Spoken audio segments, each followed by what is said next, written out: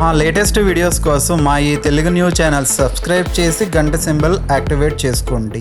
రేపు 2వ శ్రావణ సోమవారం, శివుడికి ప్రీతికరమైన రోజు. గుమ్మంపై ఇది చల్లితే కేవలం 30 నిమిషాల్లో మీ తలరాత మారిపోతుంది, అదృష్టం పడుతుంది. రేపు గుమ్మంపై ఇది చల్లటం వల్ల మీకు ధనపరంగా బాగా కలిసి వస్తుంది. మీ ఇంటికి ఉన్నటువంటి దోషాలన్నీ కూడా తొలగిపోతాయి. మనం చూసుకున్నట్లయితే చాలామంది మాకు ఇంటి పరంగా కలిసి రావటం లేదు, మేము ఎన్ని ఇల్లులు మారినా మాకు కలిసి రావటం లేదు, మేము ఎన్ని పరిహారాలు చేసినా ఇంటిలో డబ్బు నిలవటం లేదు అని బాధపడిపోతూ ఉంటారు. అయితే మీరు ఏమీ చేయవలసిన పని లేదు. జస్ట్ గుమ్మంపై ఇప్పుడు మనం చెప్పుకోబోయే వాటిని చల్లితే చాలు, మీ ఇంటికి ఉన్న దోషాలు, మీ ఇంటిపై ఉన్న చెడు దృష్టి, ఏడుపులు అన్నీ కూడా పోతాయి. ధనపరంగా, ఆరోగ్యపరంగా కలిసి వస్తుంది. ఇంటిలో అందరూ బాగుంటారు. ఇల్లు బాగుంటేనే మనం బాగుంటాం. ఇంట్లో ఏ చిన్న సమస్య ఉన్నా బయటకు వెళ్ళి మనం మనశ్శాంతిగా ఉండలేము. మాకు ఇంటి పరంగా కలిసి రావాలి, ఇంటిలో ధనం నిలవాలి, మేము ఎప్పుడూ డబ్బుకు లోటు లేకుండా ఆనందంగా జీవించాలి, ఇంటిలో గొడవలు జరగకుండా అందరం కలిసి ఉండాలి, పిల్లలు అభివృద్ధి చెందాలి అని కోరుకునేవారు రేపు సోమవారం రోజున ఖచ్చితంగా ఈ పరిహారం చేయండి. ఏంటి, గుమ్మంపై వీటిని చల్లగానే మా జీవితం మారిపోతుందా, మా కష్టాలు పోతాయా అంటే ఖచ్చితంగా పోతాయి. మీరు ఈ పరిహారం క్రమం తప్పకుండా ప్రతి సోమవారం నిష్ఠతో చేయండి. అతి తొందరలోనే మీ ఇంటికి పట్టిన దరిద్రం పోతుంది. మీ ఇల్లు చాలా పవిత్రంగా మారుతుంది. దేవతలందరూ కూడా మీ ఇంటిలో కొలువు తీరి ఉంటారు. అంత శక్తివంతమైనది ఈ పరిహారం. గుమ్మానికి చాలా శక్తి ఉంటుంది. గుమ్మానికి పూజలు చేసినప్పుడు గుమ్మానికి శక్తి వస్తుంది. అలాగే గుమ్మం దగ్గర మనం కొన్ని పరిహారాలు చేస్తే గుమ్మంలోనికి దేవతలు ప్రవేశిస్తారు. మన ఇంటిపై దేవతల దృష్టి పడుతుంది. దాంతో మన జీవితం మారిపోతుంది. మరి ఇంతకీ రేపు సోమవారం గుమ్మంపై ఏం చల్లాలో ఇప్పుడు మనం ఈ వీడియోలో వివరంగా తెలుసుకుందాము. అంతకన్నా ముందు మా వీడియో నచ్చితే లైక్ చేసి షేర్ చేయండి. అలాగే మా ఛానల్ని కూడా సబ్స్క్రైబ్ చేసుకుని మాకు సపోర్ట్ చేయండి. ఇక వీడియోలోకి వస్తే, రేపు సోమవారం కాబట్టి మీరు ఉదయాన్నే నిద్రలేచి శుచిగా స్నాన కార్యక్రమాలు ఇవన్నీ కూడా పూర్తి చేసుకోండి. ఇక మనలో చాలామందికి కూడా జాతకంలో ఎక్కువగా దోషాలు ఉండి పదే పదే సమస్యలతో ఇబ్బంది పడి సతమతమైపోతూ ఉంటారు. అలాంటి వాళ్ళు స్నానం చేసేటటువంటి నీటిలో కాస్త విభూది ఉంటుంది కదా, గుడి దగ్గర తీసుకొచ్చుకుంటారు. శివాలయంలో విభూది అనేది ఉంటుంది కదా, ఆ విభూదిని తీసుకొచ్చుకొని మీరు సోమవారం రోజున మర్చిపోకుండా స్నానం చేసేటటువంటి నీటిలో ఒక చిటికెడు విభూదిని కలిపి స్నానం చేసినట్లయితే మీకు ఉన్నటువంటి దోషాలు పోయి మీ సమస్యల సంఖ్య తగ్గడానికి అవకాశం అనేది ఉంటుంది. కాబట్టి ఈ చిన్న పని కూడా మీరు చేసుకుంటే చాలా బాగుంటుంది. అలాగే మీరు ఉతికిన బట్టలు తప్పనిసరిగా ధరించాలి. ఏదైనా మాసిపోయినటువంటి బట్టలు కానీ ఇలాంటివి ఏదీ కూడా మీ ఒంటి మీద లేకుండా ఉతికిన బట్టలు ఉండాలి. నలుపు రంగు బట్టలు మాత్రం వేసుకోకూడదు. ఇక మిగిలినవి ఏ రంగు వేసుకున్నా మీకు ఇబ్బంది అయితే లేదు. అలా వేసేసుకొని ఇక మీరు సోమవారం ప్రత్యేకంగా శివుడికి పూజలు చేసుకోవాలి. శివుడిని భోళా శంకరుడిగా మనం కొలుసుకుంటూ ఉంటాము. సాక్షాత్తు ఆ శివయ్యకు ఒక చెంబుడి నీళ్ళతో మనం అభిషేకం చేసినట్లయితే మనకు ఎటువంటి సమస్యలు ఉన్నా కూడా ఆ శివుడు మన సమస్యలు తీర్చేటటువంటి దేవుడుగా చెప్పుకోవచ్చు. శివుడిని భోళా శంకరుడు అంటారు. ఆయన్ని అభిషేక ప్రియుడిగా కూడా చెప్పుకుంటూ ఉంటారు. అభిషేకాలను ఎక్కువగా ఇష్టపడుతూ ఉంటాడు. కాబట్టి మీ శక్తికి తగినట్లుగా రేపు సోమవారం శివుడికి అభిషేకం చేయండి. అంటే కొంతమంది పాలతో, పంచామృతాలతో, తేనెతో ఇలా రకరకాలుగా అభిషేకం చేస్తారు. కానీ మీ శక్తికి తగ్గట్లుగా మీరు శివుడికి అభిషేకం చేయండి. అద్భుతమైన ఫలితం వస్తుంది. లేదు మా వల్ల కాదు అనుకుంటే ఒక చెంబుడు నీటితో శివుడికి అభిషేకం చేసి మీరు ఏ కోరిక కోరుకున్నా కూడా ఖచ్చితంగా తీరుతుంది. సోమవారం రోజున చాలామంది కూడా శివాలయాలకు వెళ్తూ ఉంటారు. అలాగే ఉపవాసం కూడా చేసి ఆ శివుడికి ఎంతో నిష్ఠగా పూజలు చేసుకుంటూ ఉంటారు. అలాంటి వారి జీవితంలో సమస్యల సంఖ్య అనేది చాలా వరకు కూడా తగ్గుతుంది. రేపు మీరు గుడికి వెళ్ళకపోయినా మీరు ఇంట్లో చక్కగా పూజ చేసుకోండి. మీ ఇంటిలో శివుడు అలాగే పార్వతీదేవి ఇద్దరూ కలిసి ఉన్నటువంటి పటానికి మీరు పూజ చేస్తే మీకు ఇంకా బ్రహ్మాండమైనటువంటి ఫలితం అనేది వస్తుంది. చక్కగా శుభ్రమైనటువంటి నీటితో పటాలను తుడుచుకొని గంధము పెట్టేసి గంధము కుంకుమలతో అలంకరించేసి శివుడికి ఇష్టమైనటువంటి గన్నేరు పూలతో చక్కగా అలంకరించండి. ఒకవేళ గన్నేరు పువ్వులు అందుబాటులో లేకపోతే మాత్రం మందార పూలతోనైనా ఇలా చక్కగా అలంకరణ చేసేసి శివుడి దగ్గర దీపం వెలిగించాలి. దీపం వెలిగించేటప్పుడు మీరు ఏం చేస్తారు అంటే ఆ దీపంలో మీరు నూనె పోసి ఒత్తి వేసి వెలిగిస్తారు కదా. కాకపోతే మీరు దీపారాధనలో మాత్రం 2 ఒత్తులు వేయాలి. ఇది గుర్తుంచుకోండి. ఎప్పుడైనా సరే దీపంలో చాలామంది తెలియక ఒక ఒత్తి వేసి దీపారాధన చేస్తూ ఉంటారు. ఒక ఒత్తి వేసి దీపం వెలిగిస్తారు. కానీ దైవం దగ్గర దీపారాధన చేసేటప్పుడు ఎప్పుడైనా సరే 2 ఒత్తులతో కలిపి మనం దీపారాధన చేయాలి. 2 ఒత్తులు వెలిగించాలి. అటు ఒక ఒత్తి ఇటు ఒక ఒత్తి 2 ఒత్తులు కలిపి ఒక ఒత్తిగా చేసుకొని అయినా సరే అటు ఒకటి ఇటు ఒకటి 2 ఒత్తులు వేసి దీపారాధన చేయాలి. అలా చేసేసి మీరు నువ్వుల నూనెతో కానీ లేకపోతే ఆవు నెయ్యితో కానీ దీపారాధన చేసుకోండి. అలాగే ఈ దీపారాధనకు ముందు చాలామంది కూడా ఇంటిని శుభ్రం చేసుకోకుండా ఏముందిలే అని చెప్పి మామూలుగా చేసేసుకుంటూ ఉంటారు. కానీ ఇంటిని కూడా మీరు ఖచ్చితంగా శుభ్రం చేసుకోవాలి. ఇల్లంతా శుభ్రంగా తుడుచుకొని చక్కగా మీరు స్నానం చేయాలి. తలస్నానం చేయండి. సోమవారం రోజున తలస్నానం చేస్తే మంచిది. స్నానాన్ని టిఫిన్ చేయకముందు చేయాలి. టిఫిన్ తిని టీ తాగిన తర్వాత చేస్తారు కొంతమంది. అలా చేయకూడదు. భోజనం చేసేసిన తర్వాత సోమవారం రోజున తలస్నానం చేస్తే 1,000,000 జన్మల పాపం అనేది తగులుతుంది. 1,000,000 దీపాలు ఆర్పినంత పాపం అని చెప్పేసి కూడా అంటూ ఉంటారు. కాబట్టి సోమవారం రోజున భోజనం కానీ టిఫిన్ కానీ చేయకముందే మీరు తలస్నానం చేయండి. కేవలం సోమవారం అనే కాదు, ప్రతిరోజు స్నానం చేశాకే టిఫిన్ తినాలి. కొంతమంది ఆడవారు పనులన్నీ కూడా పూర్తయిపోయిన తర్వాత స్నానం చేస్తారు. అంటే ఇల్లు ఊడ్చి వంట చేసి పిల్లలకు బాక్సు కట్టి ఆ తర్వాత స్నానం చేసి పూజ చేస్తారు. అంతసేపు టిఫిన్ చేయకుండా ఉండాలి అంటే కష్టమని టీనో కాఫీనో త్రాగుతూ ఉంటారు. టీ కాఫీ త్రాగి ఇంటి పనులు చేసి ఆ తర్వాత స్నానం చేసి దీపారాధన చేయవచ్చు. ఇక్కడ ప్రధానమైనది భక్తి. భక్తి లేకుండా మీరు ఎన్ని పూజలు చేసినా ఫలితం ఉండదు. అలాగే కొంతమంది ఉదయాన్నే దీపం పెట్టాలని హడావిడిగా లేచి పిల్లలపై అరుస్తూ వంట పూజ చేస్తూ ఉంటారు. అలా అస్సలు చేయకూడదు. పూజ అనేది మనం మనశ్శాంతి కోసం చేస్తూ ఉంటాం కాబట్టి ముందు ఇంటిలో వారి అందరి పనులు పూర్తి చేసిన తర్వాత ప్రశాంతంగా పూజ చేయండి. పూజ అనేది కేవలం ఆడవారి బాధ్యతే కాదు, భర్త కూడా అప్పుడప్పుడు ఇంటిలో పూజ చేయాలి. దైవ సన్నిధిలో కొంచెం సేపు అయినా సరే గడపాలి. ఇంటి బాధ్యతలు పూజ అన్నీ కూడా భార్యలపై వదిలివేయకుండా భర్తలు కూడా ఇంటిలో పూజ చేయాలి. ముఖ్యంగా సోమవారం ఇంటిలో మగవారు పూజ చేస్తే చాలా మంచిది అని పండితులు చెప్తూ ఉన్నారు. అలాగే సోమవారం రోజున దీపారాధన చేసేవాళ్ళు మాంసాహారం తినకూడదు. సోమవారం చాలామంది మాంసాహారం తినరు. కొంతమంది ఏముందిలే అని చెప్పేసి దీపారాధన చేసుకుని మళ్ళీ మాంసాహారం వండుకుని తింటూ ఉంటారు. కానీ అలా తినకూడదు. కానీ సోమవారం రోజున మీరు పూర్తిగా తినకుండా ఉంటేనే మీరు అనుకున్నది అనుకున్నట్లుగా జరగడానికి అవకాశం అనేది ఉంటుంది. ఇక చక్కగా ఆ శివయ్యకు ఇష్టమైనటువంటి నైవేద్యాలు పెట్టండి. మీకు ఏమీ అందుబాటులో లేకపోతే ఒక గ్లాసుడు పాలైనా లేకపోతే ఒక అరటిపండు అయినా సరే, లేకపోతే ఏదైనా ఒక స్వీటు, లేదా మరీ అందుబాటులో ఏమీ లేవు అనుకుంటే ఒక చిన్న బెల్లం ముక్క కానీ లేదా పటికి బెల్లం ముక్క, చిప్స్ ఉంటాయి కదా అవి కానీ, లేదా పంచదార అయినా సరే, ఇలా మనం ఏదైనా సరే మన శక్తికి తగినట్లుగా స్వామివారికి నైవేద్యం పెట్టాలి. ఇలా చేస్తే ఆ శివయ్య చాలా పొంగిపోతాడు.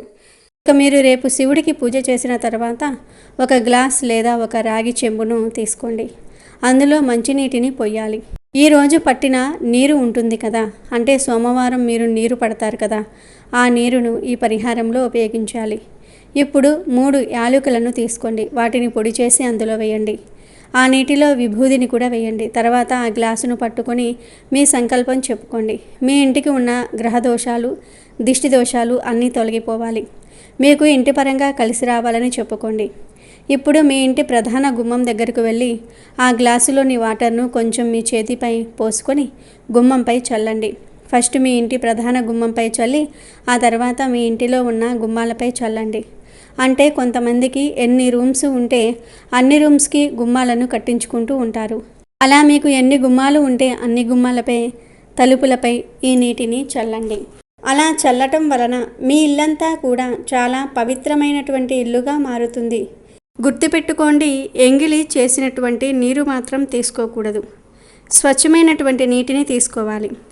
రేపు మీరు మీ ఇంటి గుమ్మం ముందర ఇది చల్లినట్లయితే మీకు ఉన్నటువంటి కష్టాలు, సమస్యలు, బాధలు అన్నీ కూడా పోయి లక్ష్మీదేవి మీ ఇంట్లో కోట్ల రూపాయలతో అడుగు పెడుతుంది.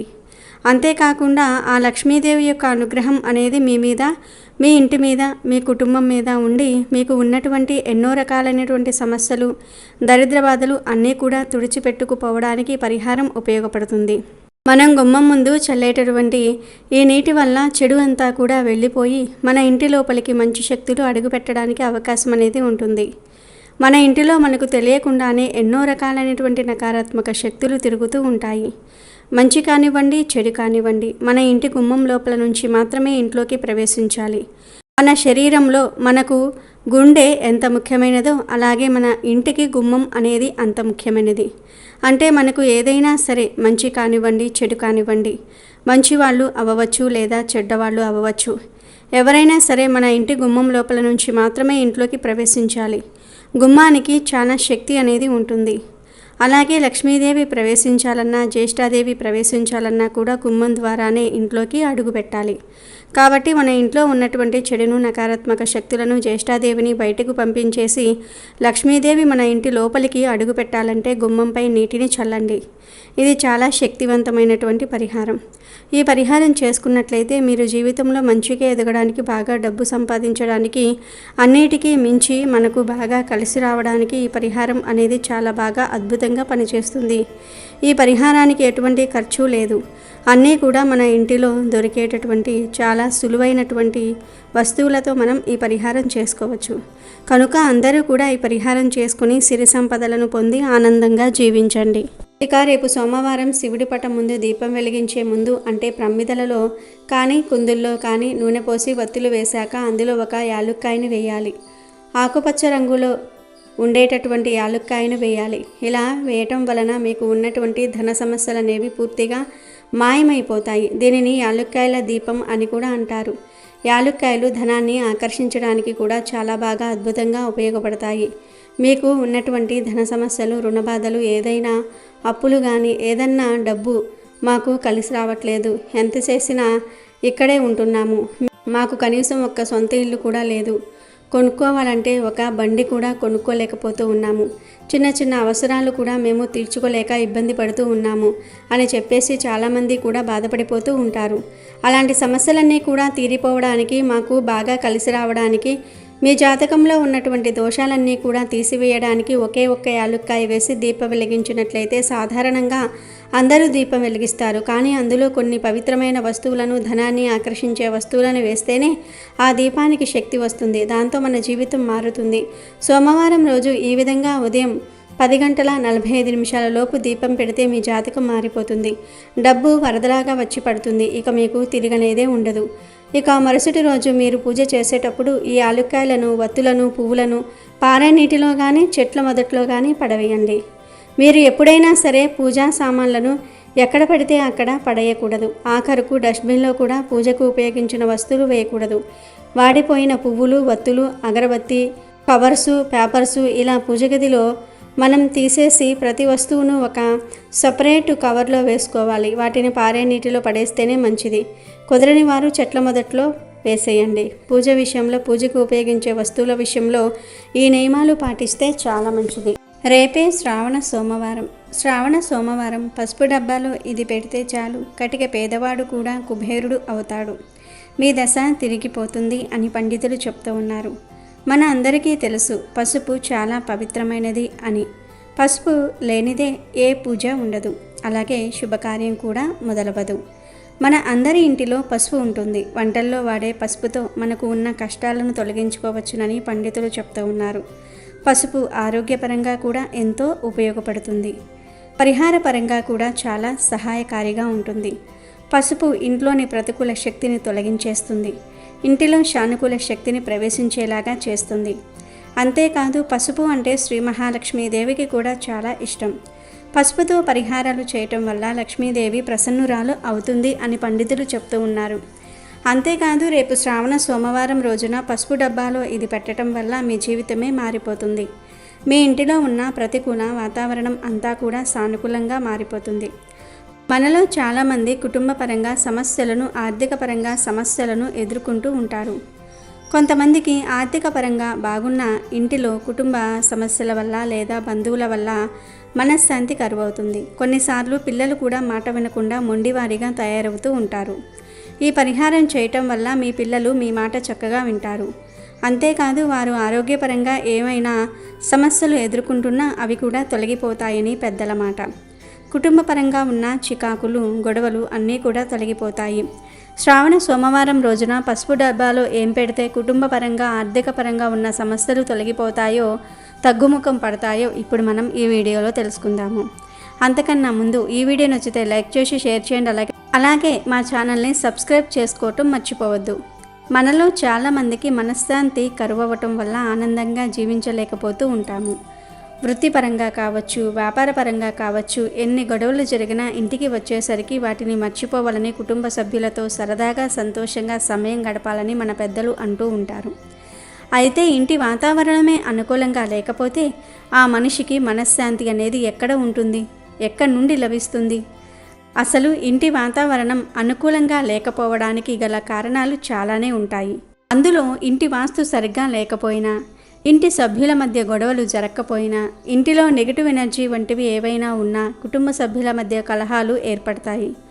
నరదృష్టికి నల్లరాయి అయినా సరే పగిలిపోతుందని మన పెద్దల మాట. ఈ నరదృష్టి వల్ల కూడా కుటుంబంలో గొడవలు, అనారోగ్య సమస్యలు జరుగుతూ ఉంటాయి. ఒకవేళ మీ ఇంట్లో కూడా ప్రతిరోజు ఏదో ఒక సమస్య ఏర్పడుతూ ఉందా? పిల్లల వల్ల కానీ, జీవిత భాగస్వామి వల్ల కానీ మీకు మనశ్శాంతి ఉండటం లేదా? మీరు ఏ పని చేయాలన్నా ఆ పని ప్రారంభించినా అందులో ఇబ్బందులు ఎదుర్కొంటున్నారా? అయితే మీలో లేదా మీ ఇంటిలో నెగిటివ్ ఎనర్జీ ప్రభావం ఉన్నట్లే. మరి ఆ నెగిటివ్ ఎనర్జీ అనేది ఎలా ఉంటుంది, ఎలా ఏర్పడుతుంది అంటే, ఒకరు మిమ్మల్ని చూసి ఏడ్చినప్పుడు లేదా మీ పిల్లల ఎదుగుదలను చూసి ఏడ్చినప్పుడు ఈ నెగిటివ్ ఎఫెక్ట్ అనేది మీ కుటుంబంపై తీవ్ర ప్రభావాన్ని చూపుతుంది. ఈ సమాజంలో మీ మంచి కోరుకునేవారు ఎంతమంది ఉంటారో అంతకంటే ఎక్కువ మందే మీ చెడును కోరుకునేవారు కూడా ఉంటారు. మరి వారి చెడు ప్రభావం మీపై, మీ కుటుంబంపై, మీ కుటుంబ సభ్యులపై పడకుండా ఉండాలి అంటే మీరు ఒక గాజు గ్లాసులో వాటర్ తీసుకోండి. ఈ పరిహారానికి గాజు గ్లాసే వాడాలి. గాజు గ్లాసును తీసుకుని అందులో నీళ్లు పోయండి. ఆ గాజు గ్లాసులో ఒక పచ్చని నిమ్మకాయను వేసి అందులో కొంచెం పసుపును కూడా వేయండి. పచ్చకర్పూరాన్ని కూడా వేయండి. ఇక ఆ గ్లాసును అందరికీ కనపడేలాగా, అంటే మీ ఇంటికి ఎవరైనా బయటవారు వస్తే వారందరికీ కనపడేలాగా పసుపు వేసిన గ్లాసును, అలాగే పచ్చి నిమ్మకాయ వేసిన గ్లాసును అందరికీ కనిపించే విధంగా మీ ఇంట్లో పెట్టండి. మీ ఇంట్లోకి ఎవరు వచ్చినా మొదటి వారి దృష్టి అనేది ఆ గ్లాస్ పైనే పడేలాగా ఆ గ్లాస్ను పెట్టండి. ఇలా పెట్టడం వల్ల మీ ఇంట్లోకి వచ్చే వారి చెడు దృష్టిని ఆ పసుపు నీళ్లు, ఆ నిమ్మకాయ లాగేసుకుంటూ ఉంటాయి. ఇది పూర్వం మన పెద్దలు ఆచరించేవారు. వ్యాపార స్థలంలో కూడా ఇలా గాజు గ్లాసులో పసుపు నీళ్లు మరియు నిమ్మకాయ వేసి పెట్టడం వల్ల మీ వ్యాపారంపై ఉన్న చెడు ప్రభావం తొలగిపోతుంది. ఏదైనా బయటికి షాప్కి వెళ్ళినా, బంగారం కొనుక్కోవడానికి వెళ్ళినా, ఏ షాప్కి వెళ్ళినా కూడా మనకు అక్కడ ఖచ్చితంగా గాజు గ్లాసులో పచ్చి నిమ్మకాయ వేసి కనిపిస్తూ ఉంటుంది. ఇది మన పెద్దల కాలం నుండి వస్తున్న ఒక పద్ధతి. ఇలా చేస్తే ఇతర వ్యాపారస్తుల ఏడుపు మీకు తగలదు.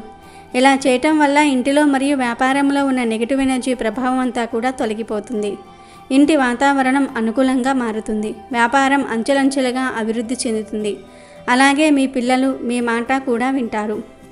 ఇక ఇంటిలో డబ్బు నిల్వ ఉండడానికి, మీరు ప్రారంభించే పనులలో ఎటువంటి ఆటంకాలు కలగకుండా ఉండడానికి, ప్రతి పనిలో విజయం సాధించడానికి రేపు శ్రావణ సోమవారం రోజున పసుపు డబ్బాలో 2 బిర్యానీ ఆకులను వేయండి.